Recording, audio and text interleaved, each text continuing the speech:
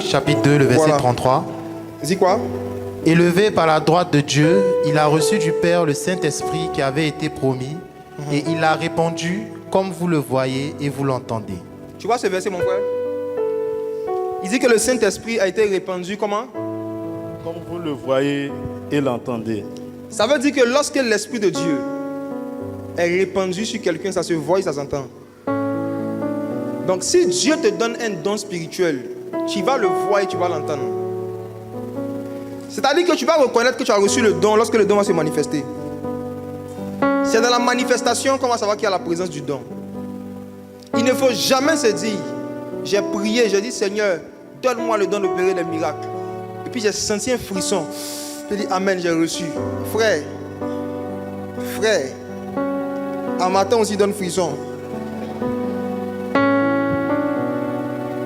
Un frisson n'est pas le signe d'un exaucement. Encore moins par rapport à un don spirituel.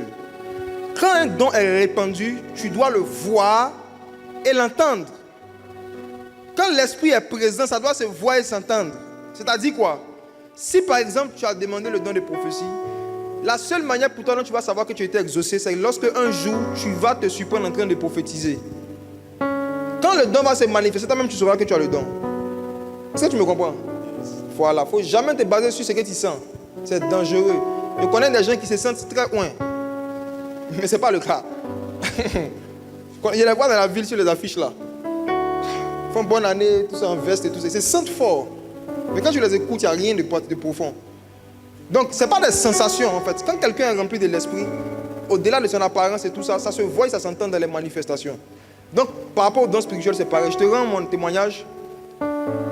Moi, quand j'ai reçu le Saint-Esprit, je ne parlais pas en langue. Quand j'ai reçu le Saint-Esprit, je n'ai pas eu d'expérience surnaturelle. C'est-à-dire, le jour où l'Esprit de Dieu est venu habiter dans mon cœur, j'ai juste ressenti une paix bizarre. Et la culpabilité de mes péchés était partie, c'est tout. Je n'ai pas parlé en langue, je n'ai pas vu des langues de feu, je n'ai pas vu des anges, je n'ai rien vu de surnaturel. Rien. Au point où je suis allé trouver celui qui m'a parlé du Saint-Esprit pour demander, Saint-Esprit, quand il vient, c'est comment? Je ne suis pas sûr qu'il est venu chez moi parce que je n'ai rien senti. C'est ce que je lui ai dit. Je n'ai rien senti. Et il m'a montré le passage où le Seigneur dit, vous qui êtes si méchants, vous savez donner de bonnes choses à vos enfants. À plus forte raison, votre Père qui est dans les cieux ne donnera pas le Saint-Esprit à ceux qui le lui demandent. Mais quand tu lis ce verset, tu vois que Dieu dit que si tu demandes le Saint-Esprit, c'est-à-dire que si tu te répands et que tu l'invites dans ton cœur, tu l'as reçu. Que tu aies senti quelque chose ou pas. C'est une promesse qui est exacte à 100%. Donc il m'a dit que si tu t'es vraiment repenti de tes péchés, tu as reçu le Saint-Esprit. J'ai dit facilement comme ça. Il dit oui. J'ai dit ok. Maintenant, qu'est-ce qui s'est passé? Dans la suite, j'ai commencé à voir. J'ai commencé à entendre. J'ai commencé à aimer des choses que je n'aimais pas avant. Moi qui n'aimais pas lire la Bible, j'ai commencé à aimer lire la Bible. Moi qui n'aimais pas prier, j'ai commencé à aimer prier. Moi qui ne m'intéressais pas à tout ce qui est instruction, connaissance, j'ai commencé à lire, à écouter des prédications. Et un jour, ce même homme de Dieu est venu nous voir pour dire, Dieu me dit, que chacun de vous, on était deux, chacun demande un don spirituel à Dieu, quelque chose à Dieu, il va lui donner. Moi, j'avais lu l'histoire de Salomon, la Bible a dit que Dieu lui était apparu. Et que Dieu lui avait demandé de demander une chose, il a demandé la sagesse. Je ne savais même pas ce que c'était à l'époque. Mais je me suis dit quoi?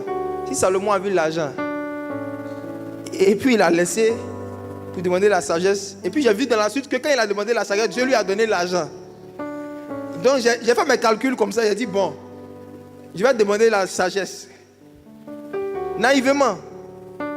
Et cet homme de Dieu est revenu, il dit, toi Dieu m'a dit que tu as demandé le don de sagesse. Il dit oui. Il dit, il t'exauce. Et puis on se regarde, il dit amen. Parce que ce qui s'est passé avant, c'est que il y a une autre fille qui était là, c'était au Ghana. Elle, il lui a dit, Dieu dit que tu as demandé tel don, il t'exauce. Quand il a dit que t'exauce, elle a crié, waouh, puis elle est tombée. Donc je m'attendais à pour moi. Quand elle, on lui a dit, Dieu t'exauce, en même temps, l'onction, elle a manifesté une onction là. Donc moi, je me suis concentré là, j'attendais pour moi. Et puis il vient, il dit, Dieu dit, il t'exauce. Il te donne le don de parole de sagesse. Et puis on s'est dit, ensuite, il dit non, il t'a exaucé. Il dit, mais exaucé comme moi. Et elle, ma voisine. Oh. Je suis exaucé comme ça. Il dit oui, il est parti, il m'en met. Il dit, va, tu es exaucé. Il dit, ok.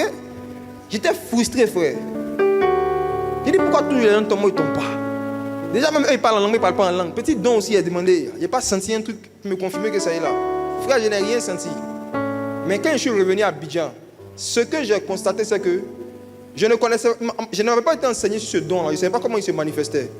Mais j'avais remarqué que je ne prophétisais pas, je ne parlais pas en langue. Je n'avais pas de vision. Mais quand je prenais un texte des Écritures, quand je lisais un passage et que j'expliquais ma compréhension, mes aînés, à l'époque, les pasteurs, les gens, ils disaient, ah, on n'a jamais vu ça comme ça. Et puis un jour, un qui m'a dit, ça c'est le don des paroles de sagesse. Il dit, ah, c'est ça qui est là. C'est dans la manifestation que j'ai su que j'avais le don.